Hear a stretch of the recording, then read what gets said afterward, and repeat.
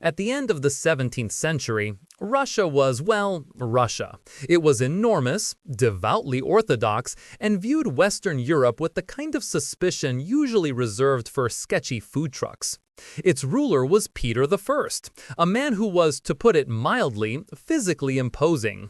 At 6'8", he towered over everyone, which is a great metaphor for his ambitions.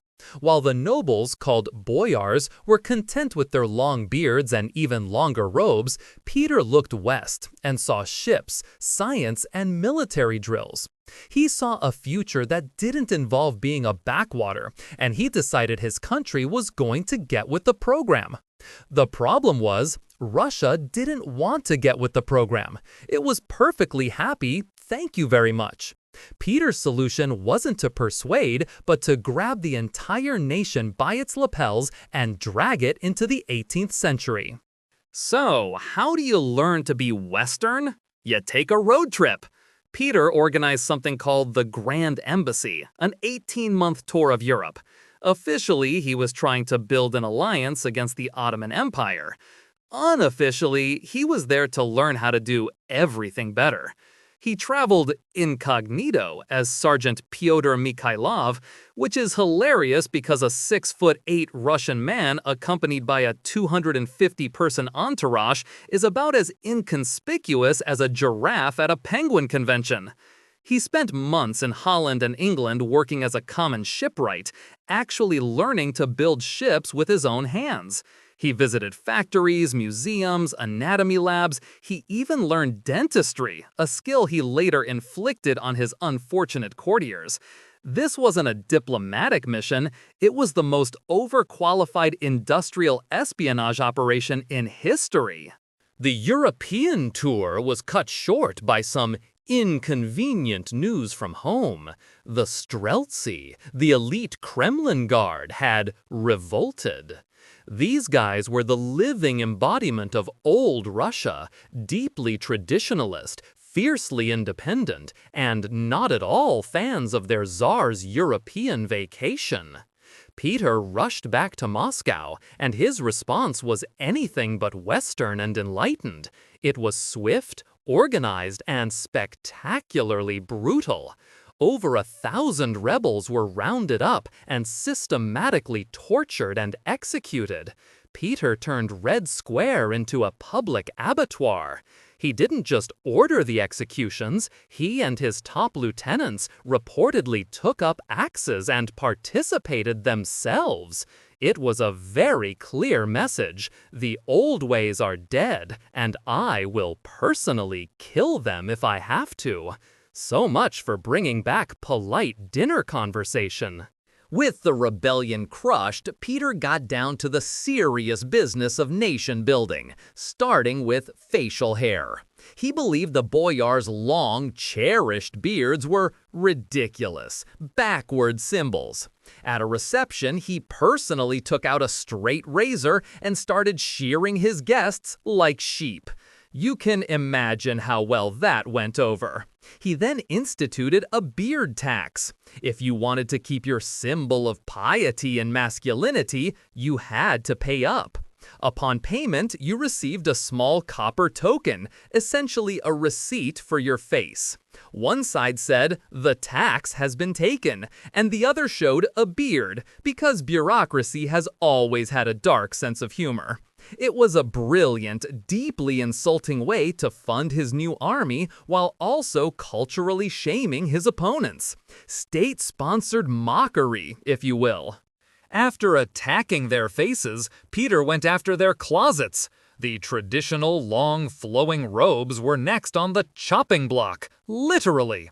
He decreed that all courtiers, officials, and city dwellers had to adopt Western-style clothing, short, tight-fitting Hungarian or German coats. This was not a suggestion. Guards were posted at city gates with shears, ordered to forcibly shorten the coats of anyone who entered wearing traditional attire.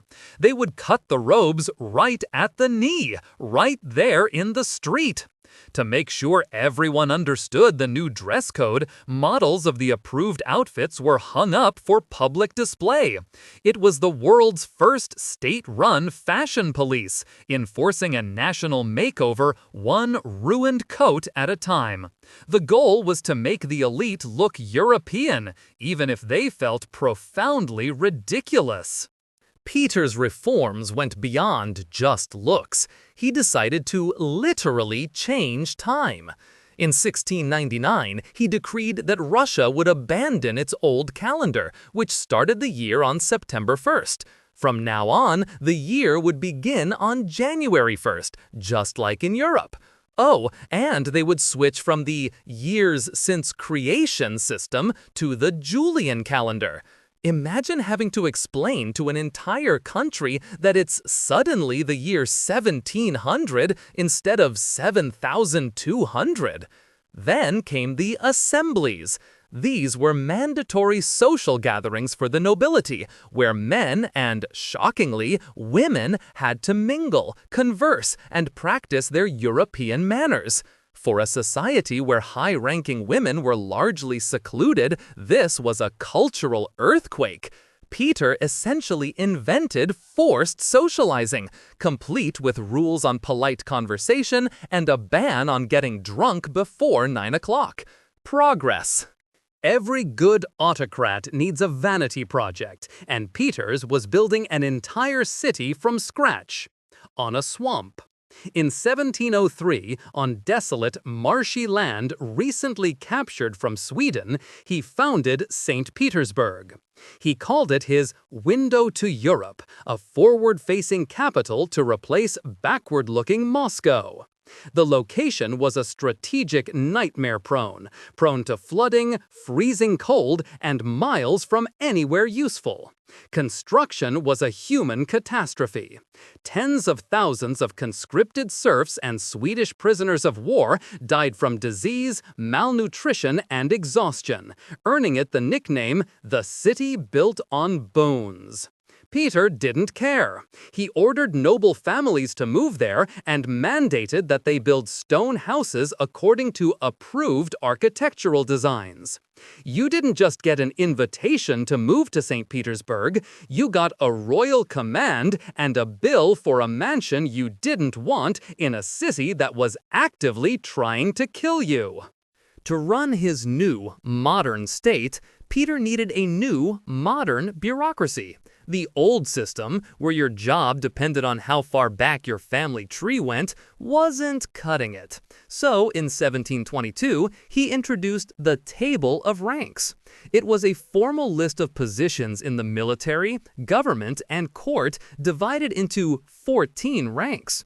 Your status now depended on your service to the state, not your last name. This was revolutionary. A talented commoner could, in theory, rise through the ranks and be granted hereditary nobility upon reaching the 8th level. It was a shot of meritocracy into a deeply aristocratic society. Of course, it also meant that everyone's social standing was now directly tied to their absolute loyalty to the Tsar. It was less about creating a fair society and more about creating a perfectly obedient machine of state, where he was the unquestioned CEO. You might be wondering what was driving all this frantic reform. The answer is simple: war. Specifically, the Great Northern War against Sweden. At the start of the war in 1700, the brand new Russian army got utterly humiliated by a much smaller Swedish force at the Battle of Narva. It was a national embarrassment. Peter's response wasn't despair, it was a furious nationwide upgrade. He needed a modern army, and he needed it yesterday. He instituted a draft, modernized training, and when he ran out of metal for cannons, he ordered thousands of church bells to be melted down. The priests were horrified, but Peter correctly figured that God wouldn't mind helping him defeat the Lutheran Swedes. The war lasted 21 years and was the brutal engine behind nearly all of his reforms. Nothing motivates modernization quite like getting comprehensively beaten. For his window on Europe to be anything more than a pretty view, Peter needed a navy. The problem was that Russia, a landlocked empire for most of its history, didn't have one. This was not a minor obstacle for Peter. He simply decided a navy would exist, and then forced it into being. Having learned the craft himself, he established shipyards and implemented a ship duty system, where secular and religious estates had to fund the construction of a certain number of vessels. He sent hundreds of young nobles abroad to learn navigation and naval warfare, whether they liked it or not. It was a clunky, expensive, and often disastrous process, but it worked. By the end of his reign, Russia had a Baltic fleet with dozens of ships of the line. He had built a major naval power from nothing, fueled by sheer, stubborn, autocratic willpower. The long-term effect of this top-down revolution was a profound cultural whiplash. Peter effectively created two Russias. There was the westernized elite in St. Petersburg who spoke French, wore wigs, and discussed Enlightenment philosophy. Then there was everyone else, the vast majority of the population, the serfs and clergy who clung to traditional ways. This wasn't just a cultural gap, it was a chasm. Many religious traditionalists, known as Old Believers, were convinced Peter was the Antichrist, come to destroy Holy Russia with his godless European ways. This forced Westernization created a deep, lasting rift in the Russian psyche, a debate between Westernizers and Slavophiles that has echoed for centuries. He made Russia a European power on the map, but at the cost of giving it a permanent identity crisis. So, was he the Great? He transformed Russia from a medieval backwater into a formidable empire that could compete with the West. He built a city, an army, a navy, and a state. But the methods were terrifying. His revolution was built on coercion, violence, and a staggering human cost. There's no better symbol of his cruelty than the fate of his own son, Tsarevich Alexei. Peter saw Alexei as a weak, backwards-looking disappointment who resisted his reforms. In 1718, he had his heir arrested, interrogated, and tortured to death in the Peter and Paul fortress. He signed his own son's death warrant. Peter the Great dragged Russia into the modern world, but he did it with the gentleness of a blacksmith fixing a watch with a sledgehammer. He proved that progress and monstrosity can and often do live in the same person. If you enjoyed this video, please like, comment, and subscribe to our channel for more historical insights. Thanks for watching, nerds!